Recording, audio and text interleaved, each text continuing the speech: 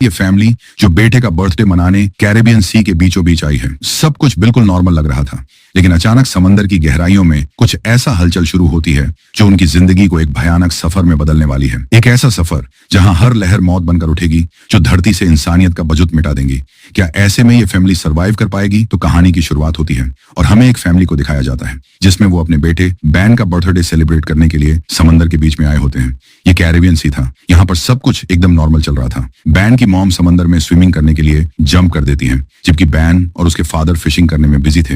लेकिन तभी अचानक से बैन की मॉम जूलियन को समंदर में ऐसा फील हुआ जैसे कोई बड़ी चीज उसके आसपास चक्कर लगा रही है। जब वो गौर से देखती है तो सब कुछ नॉर्मल होता है, लेकिन तभी अचानक से कोई उसे समंदर के नीचे खींच लेता है और साथ ही इनके बोट पर जो इंस्ट्रूमेंट थे वो भी कुछ अनयूजुअल सा बिहेव करने लगते हैं। बैन और टॉम इस चीज पर ध्यान नहीं दे रहे थे क्योंकि वो फिशिंग करने में बिजी थे। वहीं डूबती हुई जूलियन अपने आप को बचाने के साथ साथ टॉम को भी बहुत सारी आवाजें लगाती है, लेकिन उस पर किसी का भी ध्यान नहीं जाता। और यहाँ पर जूलियन को फील होता है कि समंदर का पानी पीछे की तरफ जा रहा है और साथ ही वो खुद भी, अब टॉम भी इस चीज को नोटिस कर लेता है। वो जूलियन को देख लेता है और उसे बचाने के लिए पानी में जंप कर देता है। तो वहीं वैन बोट का इंजन स्टार्ट करके उसे उनके पास ले जाता है। अब टॉम जूलियन को डूबने से बचा लेता है और इसके बाद वैन और केसी उन दोनों को बोट के ऊपर खींच लेते हैं और इस तरह से जूलियन की जान बच पाती है। अब बोट पर टॉम अपनी बेटी केसी पर गुस्सा करता है। वो कहता है कि तुम्हारा ध्यान कहाँ था, तुम्हें पता है ना, जो भी स्विमिंग के लिए जाएगा उस पर कोई एक शख्स ध्यान रखेगा, तो तुमने ये नियम क्यों तोड़ा? अगर तुम्हारी माँ को कुछ हो जाता तो इस बात से केसी परेशान हो जाती। ये लोग सेफ जगह पर तो नहीं थे। जिसके बाद ये लोग अपनी बोट की सेफ्टी चेक करने लगते हैं। जो चेक करते हुए ये लोग नोटिस करते हैं कि बहुत सारी वेल्स और शार्क इनके आसपास घूमने लगती है और टॉम जानता है कि ये सब खतरे का संकेत है।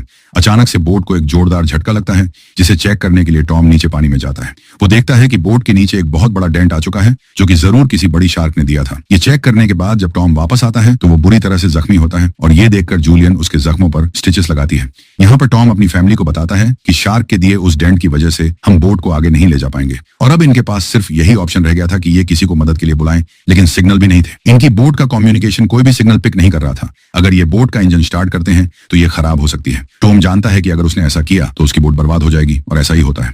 इनकी बोट का इंजन बर्बाद हो गया और दूसरा मेट्रोइड भी इनकी तरफ बढ़ने लगा। अब अपने आप को बचाने के लिए ये लोग कुछ और कर नहीं सकते थे, इसलिए ये बोट के निचले हिस्से में जाकर लाइफ जैकेट पहन लेते हैं। इसके बाद इन लोगों को एक जोरदार आवाज सुनाई दी और ये सभी बेहोश हो जाते हैं।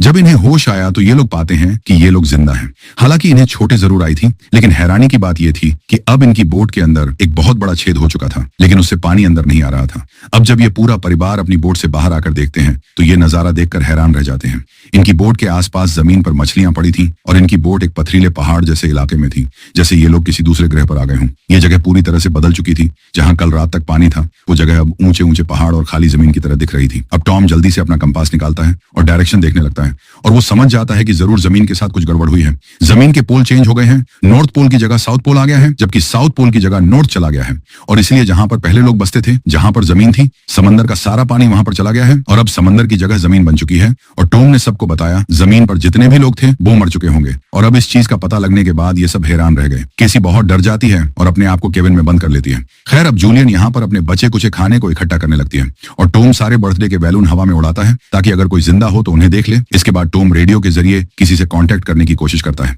उम्मीद तो उसे ये थी कि सामने से कोई रिस्पॉन्स नहीं आएगा, लेकिन हैरानी की बात थी कि उसे रिस्पॉन्स मिलता है। यह रिस्पॉन्स उसे एक कैप्टन ने दिया था और वो भी समंदर के शिफ्ट होने की कहानी जानता था, क्योंकि वो भी टॉम की तरह अपनी सबमरीन के साथ समंदर में था। कैप्टन टॉम को बताता है कि अर्थ के जो पोल चेंज हुए हैं वो तकरीबन 1 हफ्ते में फिर से अपनी जगह वापस आ जाएंगे, यानी कि 1 हफ्ते बाद समंदर वापस अपनी जगह पर आएगा और उस वक्त इसकी लहरें बहुत खतरनाक होंगी। इसलिए कैप्टन टॉम से कहता है कि तुम कोई ऊंची सी जगह देखो और वहां पर चले जाओ, क्योंकि वहां पर तुम्हारे बचने के चांस ज्यादा होंगे।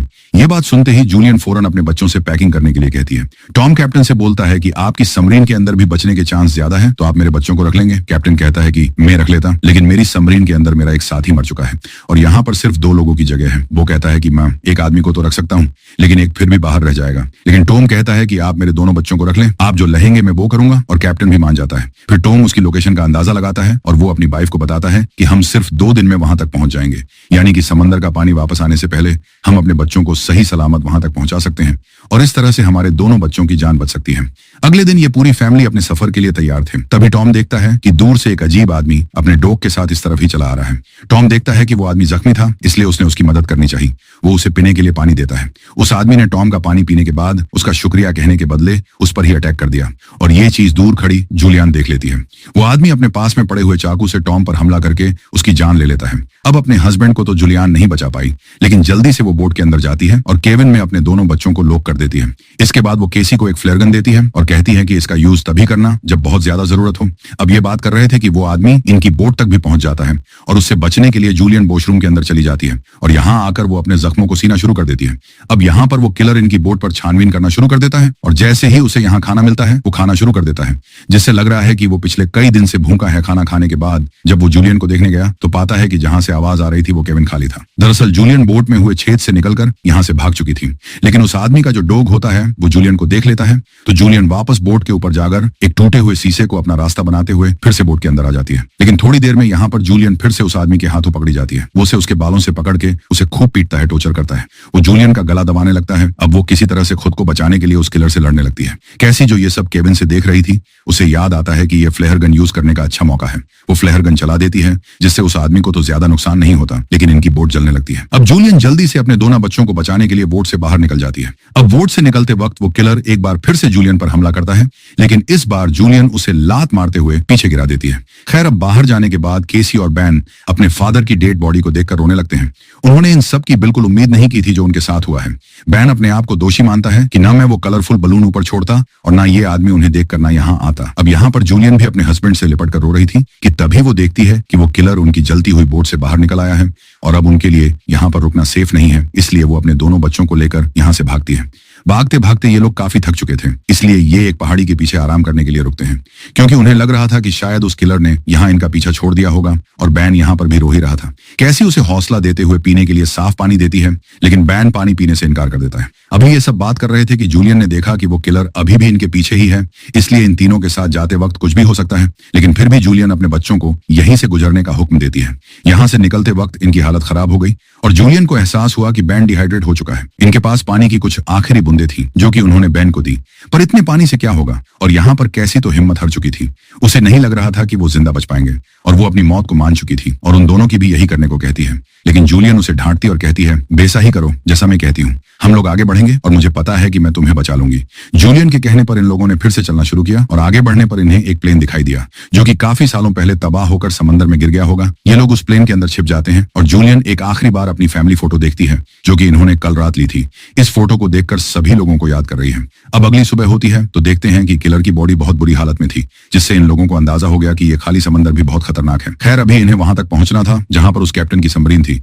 अब जहां पर जूलियन अपना मैप देख रही थी वहां से आगे जाने के लिए बैन को बहुत ज्यादा प्यास लगी हुई थी, इसलिए वो आगे जाकर पास के तालाब से पानी पीने लगता है।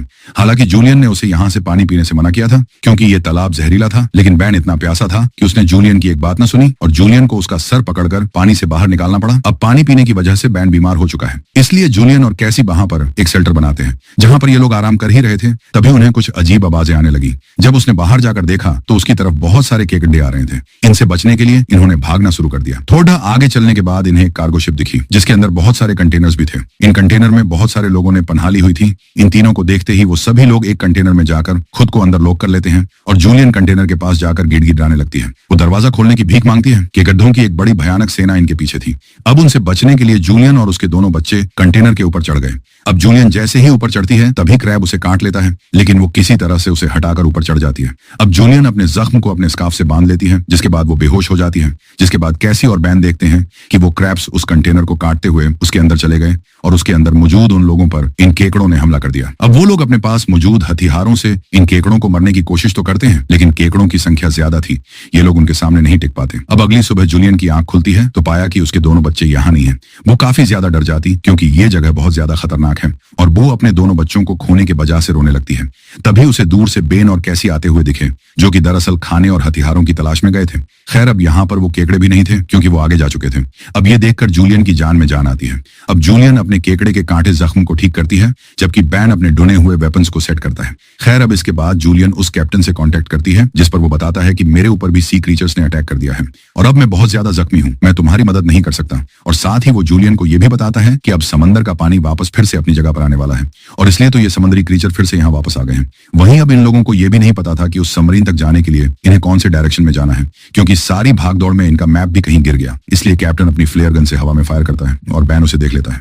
ये लोग अब तेजी से सबमरीन की तरफ बढ़ने लगते हैं, लेकिन अब इन्हें वहां तक पहुंचना नामुमकिन लगने लगा, क्योंकि वहां तक इन्हें पहुंचने के लिए एक टॉक्सिक वेस्ट से गुजरना पड़ेगा, जहां से गुजरते हुए ये लोग बीमार हो सकते हैं, इनकी जान जा सकती है। इसलिए केसी अपनी माँ से बहस करने लगती है। जूलियन अपने बच्चों को डांटती है और कहती है कि चलो आगे बढ़ो, और वहां से आगे बढ़ते हुए इनकी किस्मत एक बार और धोखा देती है। वहां पर लैंडस्लाइड होने लगती है जहां जूलियन पीछे थी। तभी उसके सामने एक बड़ा पत्थर गिरता है और वो वहीं पर फंस जाती है। अब कैसी अपनी माँ के बिना आगे नहीं जाना चाहती थी, लेकिन वो उसे कसम देती है और कहती है कि तुम हर हाल में अपने भाई को बचाओगी। इसलिए कैसी अपने भाई को लेकर आगे बढ़ने लगती है। जब ये लोग सबमरीन तक पहुंचते तो वहां पर कोई भी नहीं मिलता। ये जोर जोर से सबमरीन का दरवाजा खटखटाने लगते हैं, लेकिन तभी पीछे से कैप्टन आता है, जो कि बुरी तरह से जख्मी था। कैप्टन इन्हें बताता है कि देखो, मेरे बचने के चांस ज्यादा नहीं है और सबमरीन में 3 लोग बैठ सकते हैं। ये सुनकर कैसी तुरंत पीछे मुद्दी और जूलियन की तरफ फिर से उन्हीं के कदमों का सैलाब आने लगता है और वो अपनी गन से उन्हें शूट करने लगती है, लेकिन कुछ देर में सारी गोलियां खत्म हो जाती हैं। अब इससे पहले कोई क्रेबस उसके ऊपर हमला करे, उससे पहले कैसी ऊपर से उसे हाथ देती है। आखिर उसकी मदद से जूलियन यहाँ से बाहर निकलने में कामयाब हो जाती है और ये लोग जल्दी से भागते हुए सबमरीन तक आ जाते हैं। अब ये लोग बिना वक्त गवाए सबमरीन के अंदर बैठ जाते हैं और उन भयानक केकड़ों का सैलाब भी इनके पीछे था। और तभी एक बड़ी सी भयानक समंदरी लहर इनकी तरफ आती हुई दिखाई देती है। वो कई 100 फीट ऊंची थी, दिखने में भयानक लग रही थी। वो जोरदार तरीके से इनके सबमरीन से आकर टकराती है, जिससे ये लोग बेहोश हो जाते हैं। जूलियन को जब होश आया तो हैरानी की बात थी कि उनकी सबमरीन पानी में नहीं थी, बल्कि समंदर की वो बड़ी लहर इनकी सबमरीन को बहा करके शहर में ले आई थी, जो कि तबाह हो चुका था, जिसे देखकर साफ दिख रहा था कि सभी लोग खत्म हो चुके हैं, यानी कि सभी इंसान मर चुके हैं। और यही सीन दिखाते हुए ये फिल्म यहीं पर खत्म हो जाती है। दोस्तों, हमें कमेंट में जरूर बताएं कि आपको ये कहानी कैसी लगी। तो मिलते हैं ऐसी ही अगली शानदार वीडियो में, तब तक के लिए लाइक और सब्सक्राइब कर ले। Thank you.